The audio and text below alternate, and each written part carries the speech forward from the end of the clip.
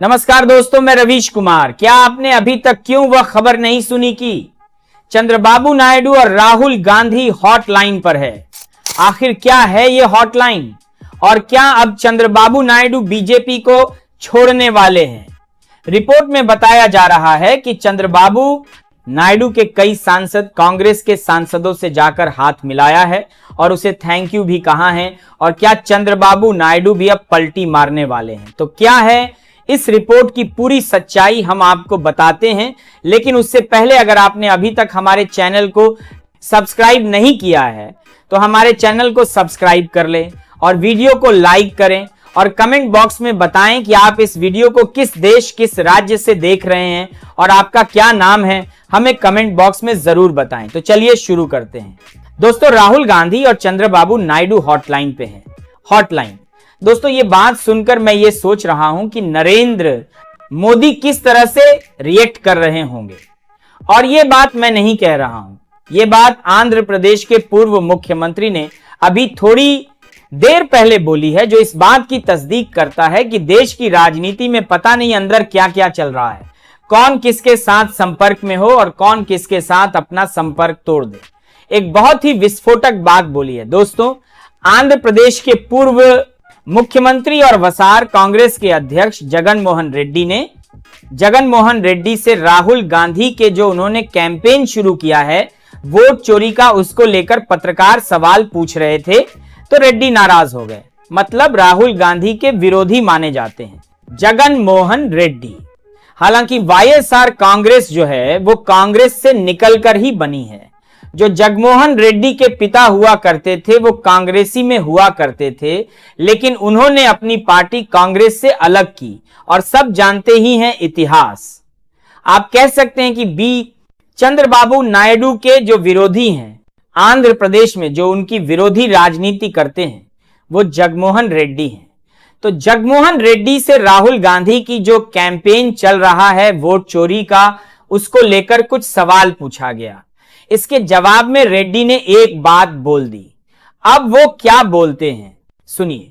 वो ये कह रहे हैं कि जो चंद्रबाबू नायडू है, मतलब आंध्र प्रदेश के मुख्यमंत्री, वो राहुल गांधी से सीधे संपर्क में है, हॉटलाइन में। हॉटलाइन माने जब भी जो दो बड़े नेता होते हैं बात करते हैं, उनके बीच में हॉटलाइन कहा जाता है। जैसे आपने देखा होगा मोदी कई बार विदेश दौरे में जाते हैं तो जो विदेशी नेता होते हैं वो उनसे कहते हैं कि वी आर इन हॉटलाइन। मतलब दो नेताओं से बात करने के लिए किसी तीसरे की जरूरत नहीं है। अमूमन जो दो नेता बात करते हैं आपस में, कई बार बीच में कोई पीए होता है जो बोलता है सर आपसे बात करेंगे या सर आपसे बात करना चाहते हैं। लेकिन जब हॉटलाइन होती है तो कोई बीच में पीए नहीं होता। सीधे फोन उठाया, मिलाया और अगले ने सीधे फोन उठाया, मिलाया। This is called hotline 1-to-1 संपर्क। इसमें मीडिएटर की कोई जरूरत नहीं है। ये बोल रहे हैं जगन मोहन रेड्डी कि नायडू और राहुल गांधी के बीच ऐसी गजब की बातचीत है कि सीधे हॉटलाइन है। और इसका जो सूत्रधार है वो है तेलंगाना के मुख्यमंत्री रेड्डी, जो कि हो सकता है क्योंकि रविंद्र रेड्डी तेलंगाना के मुख्यमंत्री, कांग्रेस सरकार के मुख्यमंत्री और चंद्रबाबू नायडू बड़े खास मित्र हैं, बहुत ही खास मित्र हैं। दोस्तों, वोट चोरी के मुद्दे पर राहुल गांधी को घेरते हुए जगन मोहन रेड्डी ये कह रहे हैं कि वोट चोरी का मुद्दा जोर शोर से यह उठा रहे हैं, लेकिन वो आंध्र प्रदेश में वोट चोरी का मुद्दा क्यों नहीं उठा रहे? जगन मोहन रेड्डी ने दावा किया है कि इसकी वजह यह है कि राहुल गांधी चंद्रबाबू नायडू के संपर्क में है। मतलब राहुल गांधी को निशाने पर लेते हुए जगन मोहन रेड्डी ने चंद्रबाबू नायडू की पोल खोल दी कि ये इसलिए नायडू को लेकर आंध्र प्रदेश में जो घपला हुआ है, ये इसलिए इस पर खुलासा नहीं कर रहे हैं राहुल गांधी, क्योंकि ये तो इनके संपर्क में है। अब दोस्तों, चंद्रबाबू नायडू को लेकर जैसे ये बात जगन मोहन रेड्डी ने बोली तो विस्फोट हो गया। देश में राजनीति का ये क्या हो रहा है? हालांकि जगन मोहन रेड्डी उसके बाद राहुल गांधी के विरोध में ही बात बोलते हैं कि मैं उनकी बातों को सीरियसली नहीं लेता। वो तो कुछ भी बोल देते हैं और अगर इतना ही खुलासा करना है तो चंद्रबाबू नायडू के खिलाफ क्यों नहीं बोलते? आंध्र प्रदेश में जो फर्जी वोट हैं उनके खिलाफ क्यों नहीं बोलते? तो भाई ये सवाल तो अब मैं भी जानना चाहता हूं कि राहुल गांधी आंध्र प्रदेश में चंद्रबाबू नायडू के खिलाफ क्यों नहीं बोल रहे? क्या कोई बातचीत हो रही है? क्या कोई ऐसा बात है जो कि 6 महीने 1.5 साल बाद पता चले हमको? क्योंकि दोस्तों एक बात समझ लीजिए, चंद्रबाबू नायडू जिस तरह की राजनीति करते हैं ना, ये एनडीए में भी रहे हैं, ये है गैर एनडीए के खेमे में भी रहे हैं। चंद्रबाबू नायडू ने नरेंद्र मोदी के लिए ऐसे ऐसे शब्द बोले हैं कि नरेंद्र मोदी आज सुनेंगे तो उनके साथ कभी स्टेज शेयर नहीं कर पाएंगे। लेकिन राजनीति है दोस्तों। चंद्रबाबू नायडू बकायदा जब विपक्ष के, अभी कुछ साल पहले तक विपक्ष के नेता थे और जगनमोहन रेड्डी मुख्यमंत्री थे आंध्र प्रदेश, तो एनडीए विरोधी गुट के नेता बनने की कोशिश कर रहे थे और नरेंद्र मोदी को इतना खतरनाक मानते थे देश के लिए। लेकिन आंध्र प्रदेश की राजनीति पलटी, चंद्रबाबू नायडू की उस राज्य में दोबारा वापसी हुई, वो सीएम बने और उसके बाद लोकसभा चुनाव में उनके वह पार्टी ने सीटें अच्छी जीत ली और उसके बाद वो नरेंद्र मोदी की राजनीतिक बैसाखी बन गए। बेसिकली चंद्रबाबू नायडू एक ऐसी पार्टी चलाते हैं जो बहुत लंबे वक्त के लिए राजनीति नहीं करते हैं। मतलब ये जो क्षेत्रीय दल होते हैं दोस्तों, ये इस तरह से राजनीति नहीं करते हैं कि अगर हम कांग्रेस के साथ चले जाएंगे या हम बीजेपी के साथ चले जाएंगे तो हमारा वोटर क्या सोचेगा। ये इस तरह से सोचते हैं कि हमारे 5 साल हमारे लिए आसान किस पार्टी के साथ रहना है। तो चंद्रबाबू नायडू क्या अपने आगे की जमीन तलाश कर रहे हैं? क्योंकि दोस्तों यह बात मैं नहीं कह रहा हूं, ये तो राहुल गांधी का विरोधी कह रहा है। राहुल गांधी का विरोधी कह रहा है कि राहुल गांधी चंद्रबाबू नायडू के संपर्क में है। अच्छा दोस्तों, संपर्क तो सबका होता है। वैसे आज के दौर की राजनीति भले ही बहुत कड़वी हो गई हो, लेकिन राजनेताओं के अंदर सबसे संपर्क होते हैं। अगर आपको कभी मौका लगे तो आप संसद जब चल रही होती है, सत्र जब चल रहा होता है, तो संसद की कैंटीन में जाकर बैठिएगा। आपको ऐसा सौहार्दपूर्ण माहौल देखने को मिलेगा कि टीएमसी वाले बीजेपी वालों के साथ चाय पी रहे हैं, बीजेपी वाले कांग्रेस वालों के साथ समोसे खा रहे हैं, कांग्रेस वाले जो हैं वो दूसरे उनके विरोधी हैं, उनके साथ बैठकर चाय पी रहे हैं। ये बहुत सामान्यता होता है क्योंकि नेता लड़ाई वैचारिक है ना, ये कोई मनभेद थोड़ी है। लेकिन आज के दौर की राजनीति में तो ये सब बंद हो चुका है। आज के दौर की राजनीति तो ऐसी इतनी कड़वी हो चुकी है, इतनी ज्यादा, हद से ज्यादा एग्रेसिव हो चुकी है कि आप या तो मोदी के साथ हैं या मोदी के खिलाफ है। बीच वाला तो कोई मामला तो नहीं रहेगा। शिष्टाचार वाली तो राजनीति वैसे ही खत्म हो गई है। तो फिर क्या ये राजनीतिक शिष्टाचार वाला हॉटलाइन है क्या? राहुल गांधी और चंद्रबाबू नायडू के बीच बहुत सी चीजें हुई हैं दोस्तों। राहुल गांधी ने तो अब खुलासा किया है, वो कथित तौर पर चुनाव आयोग पर जो खुलासे कर रहे हैं। चंद्रबाबू नायडू ने अभी कुछ दिन पहले उनकी पार्टी ने एक बड़ा बम फोड़ा था, याद होगा आपने, वह खबर जरूर देखे होंगे। चंद्रबाबू नायडू की पार्टी का एक दल पहुंच गया रिप्रेजेंटेटिव से।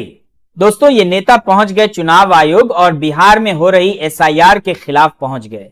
मतलब बिहार में जो एसआईआर हो रही है, पहुंचना चाहिए था नीतीश कुमार को, लेकिन पहुंच कौन गया? नायडू।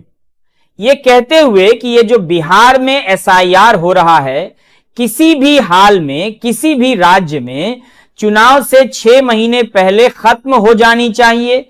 ये किसी भी हाल में बर्दाश्त नहीं किया जाएगा। दोस्तों यह वही बात है जो इंडिया गठबंधन बोल रहा है। संसद से लेकर सड़क तक वो चंद्रबाबू नायडू के नेताओं ने अभी चुनाव आयोग से मिलकर बोला है। और यह केवल नायडू की बात नहीं है, नीतीश कुमार की पार्टी के सांसद भी इसी सत्र में खुलकर बोल चुके हैं। मीडिया के आगे कि चुनाव आयोग को कोई ज्ञानश नहीं है, वो इस तरह का एसआईआर क्यों चला रहा है, वो खबर भी मैंने आपको दिखाई थी बाद में। हालांकि पार्टी ने उनको नोटिस इशू कर दिया।